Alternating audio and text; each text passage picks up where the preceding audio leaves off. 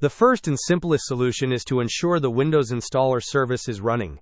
To do this, type Services into your Windows search bar and open the Services application.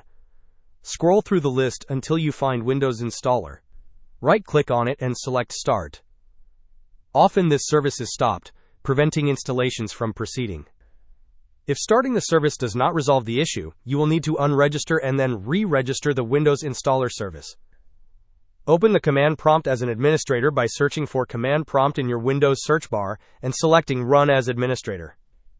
In the elevated command prompt window, type the following command to unregister the service and press Enter, msiexec /unreg. Then, to re-register the service, type the following command and press Enter, msiexec /regserver. Finally, if the previous steps did not work, performing a system file checker scan can help repair corrupted system files that might be interfering with the Windows installer.